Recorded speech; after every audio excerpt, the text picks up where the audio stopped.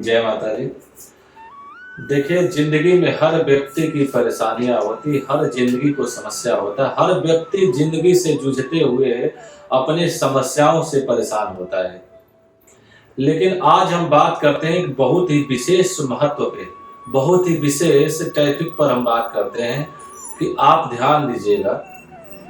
व्यक्ति हर जगह से कमाता है, बहुत बड़ा हो जाता है, लेकिन अपने घर के भाइयों से बहुत बुरा व्यवहार करता है, गलत व्यापार करता है, अपने भाइयों को उत्पीड़न करना चालू कर देता है। उसके पास संपत्ति जैसे ही बढ़ती जाती है तो भाइयों को अनदेखा कर देता है। मेरे माई बाप, आप ध्यान से सुनिए। अगर बंटवारा करना है तो आप संपत्ति का बंटवारा मत कीजिए। अगर आपको बंटवारा करना है तो आप भाई के साथ विपत्ति का बंटवारा कीजिए। संपत्ति तो मिल जाएगा आपको, लेकिन अगर भाई बट के अलग हो गए, 4 घरों में 4 भाई है, अगर 4 घर है तो एक एक भाई को तो आप बांट देंगे, लेकिन भाई के लिए आप एक नहीं हो सकते। 4 चूल्हे तो आप कर देंगे, लेकिन जो आपके भाई के प्रति स्नेह, दिल में मोहब्बत, भाई के लिए लगाव, और एक माँ से 4 भाई जो एक साथ रहने के लिए माँ बाप प्रेरित करते हैं, वो आप नहीं कर पाएंगे। इसलिए हे सज्जनों, हे माई बाप, ध्यान से सुनिए। अगर बंटवारा करना है तो आप विपत्ति का बंटवारा कीजिए। बोलिए, उस व्यक्ति को, ऐसे लोगों को खोजिए जो आपके विपत्ति के लिए हर समय सहयोग करे, आपके विपत्ति के समय आपके हर समय साथ दे। वैसे लोगों का साथ दीजिए। घर में भाई की बंटवारा मत कीजिए, भाई की विपत्ति की बंटवारा कीजिए।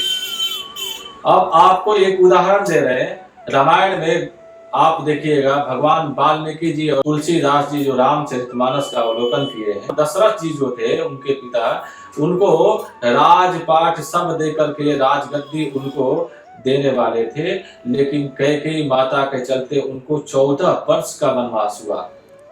अगर भगवान राम चाहते तो अपने भाई के लिए 14 वर्ष के वनवास चले गए।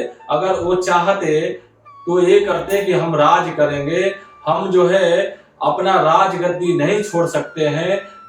भगवान राम अगर चाहते तो भरत को जंगल भेज सकते थे, भरत को राजगद्दी नहीं दे सकते थे, लेकिन भगवान राम जो है भाई के चलते, आपको उदाहरण बता रहे हैं, भाई के चलते भगवान राम 14 वर्ष तक वनवास गए हैं। संपत्ति के चलते उन्होंने संपत्ति का परित्याग करके इस विपत्ति में भाई को गले लगाया है। भरत शत्रुघ्न लक्ष्मण को गले लगाया है, और उनके साथ इस विपत्ति में लक्ष्मण जी भी साथ गए थे। इसलिए आप ऐसे व्यक्ति का खोज कीजिए, ऐसे व्यक्ति की सहयोग कीजिए, ऐसे व्यक्तियों के साथ रहिए जो आपके विपत्ति में साथ आए और आपके अवगुणों को समाप्त करके आपके दिमाग में, आपके बुद्धि में, आपके मति में आपको गुण का दोष दे, गुण दे, ताकि भाई के लिए, परिवार के लिए, माँ के लिए, बहन के लिए और पिता के लिए आप साथ में रहे। आप भगवान से प्रार्थना कीजिए, हे भगवान, आपको इतना संपत्ति न दे कि संपत्ति की नशे में चूर होकर के आप घर को छोड़ दें, घर के भाइयों को बंटवारा कर दें, घर के भाइयों को संपत्ति ना दे। क्या करोगे इस संपत्ति को लेकर के? सर पे लाद के ले जाओगे इसको? यहीं पे छोड़ना इस संपत्ति को, आप ध्यान दीजिएगा। लेकिन ऐसा समय आपको लास्ट में आएगा कि आप इस संपत्ति के रहते हुए भी आपको कंधा देने के लिए कोई नहीं मिलेगा। आएगा तो वही भाई, और दूसरा कोई नहीं आएगा। तो इसलिए भाई से बढ़कर इस दुनिया में कोई भी नहीं है। अरे आप उसको कैसे त्याग कर सकते हो कि जो एक खून से जन्मा हो? माँ बाप जो है ये आपको एक सम्मान दिए हो, 3 भाई हो, 2 भाई हो, एक साथ आपको पाले हैं ताकि भाई एक साथ रह करके रहे। लेकिन भाई की मत्ती जो है, बुद्धि भ्रष्ट हो जाती है। लोगों के चलते लोग उल्टे सीधे सिखा देते हैं, इसके चलते भी भाई की बुद्धि भ्रष्ट हो जाती है। और आप देखेंगे आजकल की पत्नी के आते ही माँ को छोड़ देते हैं। अरे भाई, पहले माँ थी या पत्नी थी? आप आज जो है भाई को छोड़ दिए, ये भाई को बंटवारा कर दिया है आपने।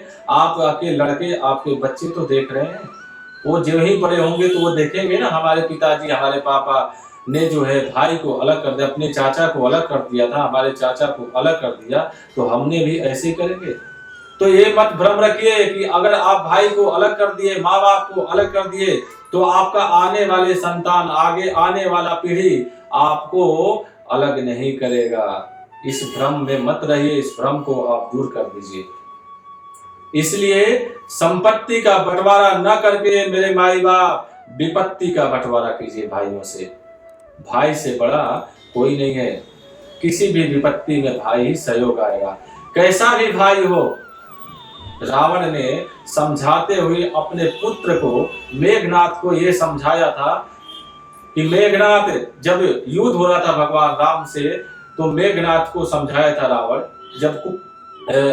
जब विभीषण छोड़कर चले गए थे भगवान राम के शरण में, तो उन्हें समझाए थे कि भाई और अपना कुल खानदान किसी भी अवस्था में हो, कैसा भी हो, लेकिन अपने घर और भाई बहन का साथ देना चाहिए, न कि शत्रुओं का। तो इस बात पे आप ध्यान दीजिए, और तो आप देखेंगे अगर मिल करके भाई और बहन घर में रहेंगे, भाइयों से आप, अरे भाई अगर खुश है, घर में संपत्ति नहीं भी हो, तो आप भूखे पेट पालकर भी प्रसन्न रह सकते हैं। जय माता दी।